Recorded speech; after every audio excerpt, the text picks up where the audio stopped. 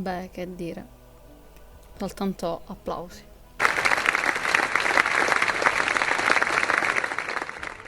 Immenso, enorme, fragoroso, stuolo di applausi, ecco qua Faron, a New Era, perché dico Ira? Vabbè, comunque. Allora, Faron è un videogioco per PC prodotto da Impress Game e pubblicato da Sera Entertainment. Il gioco è stato pubblicato il 31 ottobre del 1999, quindi è molto molto vecchio, e l'anno successivo la Breakaway Games ha creato l'espansione Cleopatra Queen of the Nile. Il gioco inizia l'espansione oggi si trovano su Steam e Gogo.com con il nome Faron più Cleopatra. Nel 2001 si trova anche il pacchetto Faron Gold, o oro quindi. Nell'agosto del 2020, e qua vogliamo arrivare, durante il Gamescom è stato annunciato un remake del gioco intitolato Faron A New Era, realizzato da Triskel Entertainment e Dotemu, ed è stato pubblicato molto di recente perché a gennaio del 2023 è stato pubblicato, è stato rilasciato. Allora, sono tantissimo felicissima di poter giocare il remake, visto e considerato che io ho giocato la versione di Faron, quella che girava su Windows 95 con tanto di CD-ROM. La versione che io ho trovato, che mi avevano fatto giocare quando ero piccola, che infatti è un gioco della mia infanzia, non aveva il doppiaggio. Perché ho giocato questo gioco? Praticamente io ho giocato prima di Faron a ehm, Caesar 3, Cesare 3, ok, diciamo in italiano, forse è meglio. E praticamente il gioco è quasi del tutto identico, soltanto che cambia ovviamente. Se là comandavi i romani, qui invece comandi gli egizi. E quindi si parla della storia. Ora iniziamo creando la nostra famiglia, esattamente come il originale Faron. La cosa più comica è che molto di recente io l'avevo scaricato, quello vecchio, perché ovviamente il CD-ROM l'ho perduto, ma è completamente distrutto. Ehm, ecco, lo chiamavo Kei Saga, sì. Esattamente come un gioco vecchio, gli spazi, anzi, gli spazi trattini non esistono, quindi vabbè, ce lo teniamo tutto attaccato. Allora, che tipo di gioco è Faron? Che tipo di gioco è anche Cesare 3? Allora, sono giochi gestionali, sono abbastanza semplici, ma tutto ruota sul fatto che tu devi raggiungere, o almeno il clou del gioco è quando tu effettui le campagne. Quando tu fai le campagne, ecco qua ora la sezioniamo. Vabbè, c'è anche la sandbox, ma io di solito non la faccio perché creare la mia mappa, a meno che non giochi appunto uno contro l'altro, non ha tanto senso. Diverso è stato per me invece Age of Empire, che io giocavo principalmente invece le campagne quelle libere. Le- Comunque, devi competere le varie campagne, la difficoltà del gioco aumenta e devi gestire molteplici aspetti, tra cui la popolazione, l'economia, la religione, le abitazioni, la guerra, i problemi, i cittadini, eccetera, eccetera. Allora, le prime quattro missioni sono di tutorial, quindi significa che si verrà aiutati durante il corso della partita, e devi raggiungere man mano i vari obiettivi che ti vengono presentati. Allora, è bellissimo, è una cosa che ci sono... Vabbè, questa è la VPN. È bellissimo sentire il doppiaggio in italiano, quello vecchio. È stato veramente eccezionale. Il doppiatore è quello lì, mi sono venuti i brividi. Eh, beh, che dire, è Faron. Eh, io ero molto molto piccola quando ci giocavo, infatti è uscito nel 95, nel 99 e io sono del 95, quindi avevo 4-5 anni. Il problema è che quando ero piccolina non sono riuscita a completare tutte le campagne perché giustamente c'era anche la difficoltà della lingua. Molto di recente stavo finendo di fare invece Pharaon quello vecchio, senza l'espansione. Quindi, vabbè, insomma, ora testiamo il remake. Sia l'intro sia le musiche sono veramente eccezionali. Non mi sarei mai aspettato una roba del genere. Eh, per chi è un nostalgico come me, questo è oro, oro colato, decisamente. Non sono giochi per tutti, chi piacciono i gestionali e i rompicapi, perché poi alla fine uno deve capire anche come riuscire a vincere gli scenari. Sono veramente belli.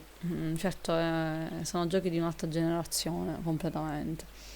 Quando tu eri contro il computer e basta. Ora invece c'è io contro l'amico mio in partita, eccetera, eccetera. Mm, Dopo questo, molto probabilmente penso che porterò pure Age of Empire 3, eh, con tutte le espansioni aggiornate, perché oltre a Definitive Edition, a quanto ho capito, c'è adesso la possibilità anche di vedere i giocatori, quindi esattamente come Minecraft che ci sono dei DLC fatti dai fan, anche lì c'è la possibilità di poterli scaricare, non soltanto quelli ufficiali, quindi è bellissimo.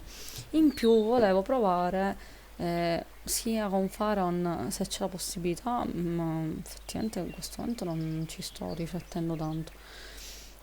Ma soprattutto con Age of Empire di fare una partita magari online sarebbe eccezionale.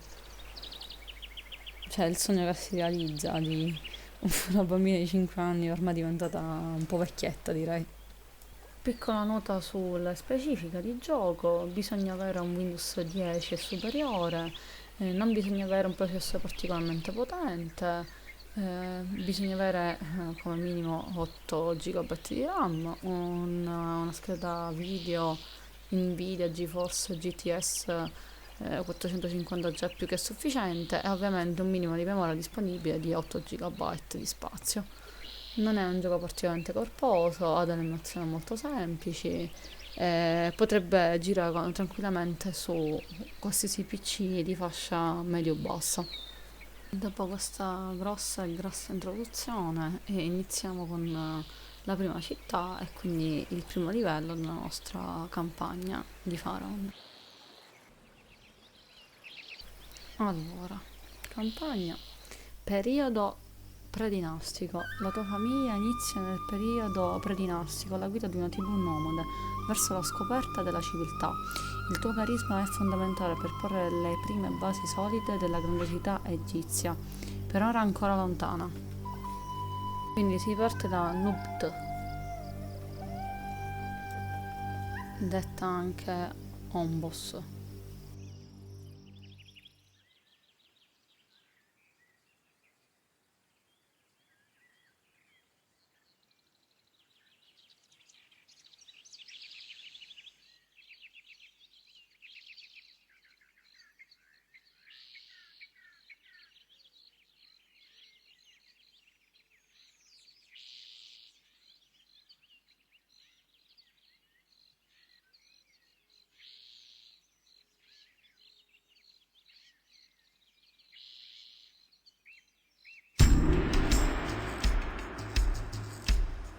Benvenuti nell'antico Egitto, terra dei faraoni.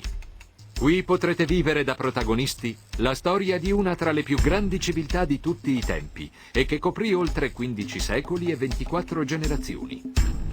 Dovrete guidare una famiglia, di generazione in generazione, dalle sue radici nell'Egitto preistorico, passando per l'alba della sua civiltà, fino alla fondazione di un grandissimo impero e ancora più oltre. La vostra storia inizia sulle rive del Nilo, nella regione di Nubt, dove una piccola confederazione di clan cerca di sopravvivere in un ambiente ostile.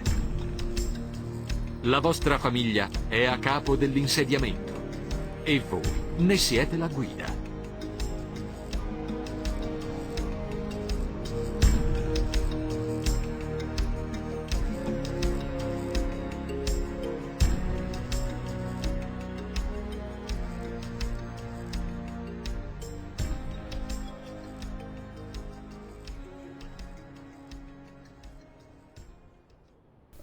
Allora, perdi la missione, se il debito arriva a 5.000 Deven, tieni sempre d'occhio la tesoreria. Ok, prima di tutto questo villaggio ha bisogno di alloggi per cui i coloni possono stanziarsi e una rete di strade che consentirà agli abitanti di spostarsi in maniera semplice ed efficace. Costruisci aree abitate e vedrai che ben presto sempre più persone inizieranno a stanziarsi nel villaggio. Iniziamo a collocare i lotti delle case i colori azzurri. Seguiamo facendo le strade, tanto ci dice lui.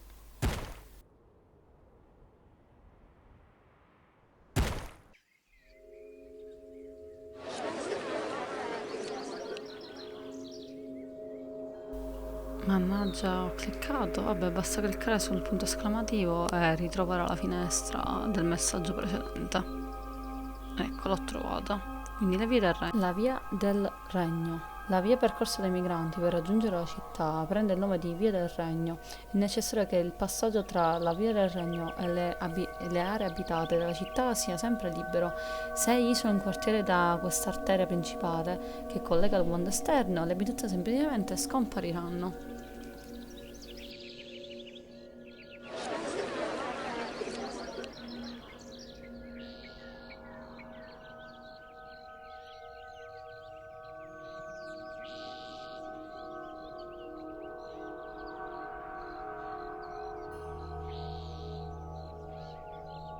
Accesso all'acqua. Per migliorare le proprie abitazioni, gli abitanti hanno bisogno dell'accesso basilare a una fonte d'acqua. Collocando dei pozzi in punti strategici, soddisferai questa loro necessità. I pozzi vanno costruiti su un terreno situato su una falda acquifera, riconoscibile dall'erba che vi cresce sopra, e irrigano 2 caselle attorno a sé.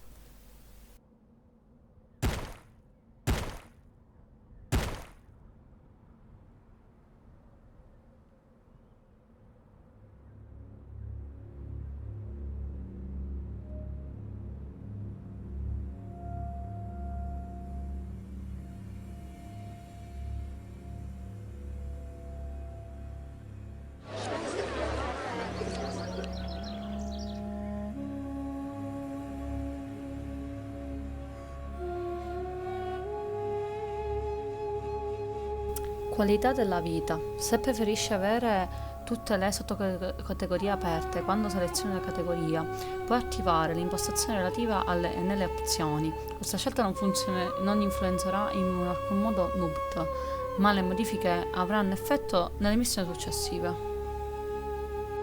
Caccia. Una popolazione in crescita necessita di una fonte sicura di cibo e di alcuni mezzi per conservarlo e distribuirlo. Gli struzzi in questa regione sono comuni, prede di caccia, ma ti serviranno dei casotti da caccia. I granai conservano la selvaggina ed altri alimenti. I bazar distribuiscono il cibo agli abitanti del villaggio. Accesso alla manodopera. Come per la gran parte degli edifici di impiego, è necessario collocare queste strutture vicino alle aree abitative e la città deve avere abbastanza lavoratori. Ogni edificio manderà un addetto alla ricerca di operai. Quando gli addetti passano accanto a case occupate, gli edifici si illuminano. Puoi cliccare su un casotto da caccia per ottenere più informazioni.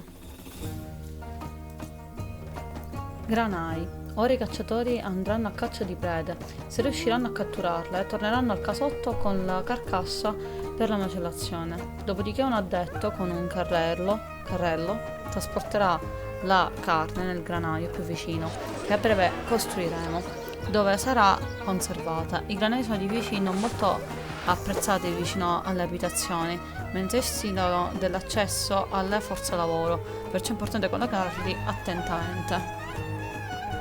Bazar e distribuzione. I 2 cacciatori hanno iniziato a consegnare la selvaggina al granaio, ma non è ancora un modo per distribuirla ai tuoi abitanti. Questo è il compito del bazar. Il bazar invierà uno dei suoi garzoni al granaio per prendere il cibo e poi consegnerà un addetto che lo distribuirà in strada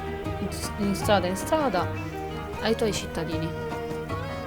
Punti di generazione e di ritorno degli addetti. Quando provi a collocare un edificio vicino a una strada, vedrai degli indicatori con delle frecce. La freccia verde indica il punto in cui l'edificio genererà i propri addetti e i luoghi in cui saranno consegnati i prodotti. La freccia rossa indica il punto in cui ritorneranno gli addetti che escono da questo edificio. A volte entrambi i punti combaciano sulla stessa casella. I punti possono variare quando costruisci nuove strade appunto a edifici già costruiti. Puoi collocarli in qualsiasi momento semplicemente passando col cursore sopra l'edificio che vuoi controllare. Ambulomanzia. I distributori sia che distribuiscono prodotti sia che offrono servizi alle abitazioni percorrono le strade della città per un certo tempo per poi tornare al proprio edificio. Lungo la strada, giunti a un crocevia, possono intraprendere qualsiasi direzione. Per evitare che i distributori si smarriscono, non costruire una rete stradale con troppi crocevia. Questo suggerimento vale anche per i reclutatori, perciò posiziona i tuoi edifici di conseguenza. Blocchi stradali. Uno degli strumenti a tua disposizione per collocare gli addetti è il blocco stradale. I blocchi stradali impediscono ai distributori e ai reclutatori di passare, ma consentono il passaggio a tutti gli altri passanti con una destinazione precisa. Usa i blocchi stradali strategicamente e riuscirai a gestire anche città enormi. Rischio di incendi e crolli. Per far sì che Nubt perduri al passare del tempo, dovrai assicurarti che le strutture del villaggio non prendano fuoco o crollino. Non tutti gli edifici sono a rischio di incendi. L'unico modo per scoprire se è necessario che un edificio venga controllato da un architetto di un centro di architettura o di un vigile del fuoco della stazione dei vigili del fuoco è cliccandoci sopra e aprendo il relativo pannello delle informazioni. Ad esempio, le abitazioni non controllate prendono fuoco ma non crollano. Accesso all'acqua potabile. Ora che hanno una fonte di cibo, gli abitanti del villaggio hanno bisogno di acqua potabile da un serbatoio d'acqua, di gran lunga migliore di un pozzo. I serbatoi d'acqua vanno costruiti su un terreno erboso e devono essere connessi a dei lavoratori delle abitazioni circostanti. Una volta in funzione, un serbatoio d'acqua invierà un trasportatore d'acqua, consegna secchi d'acqua potabile a tutte le abitazioni nelle immediate vicinanze.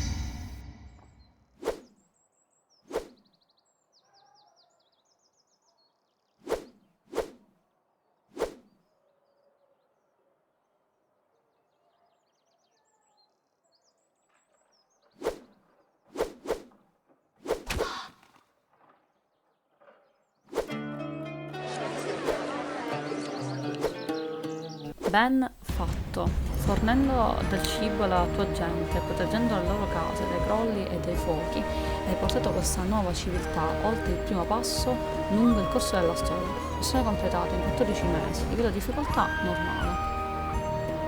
Proseguiamo.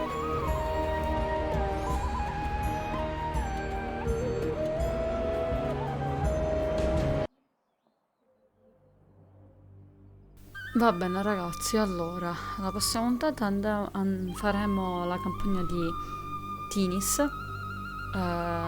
è sempre del periodo predinastico. Ciao!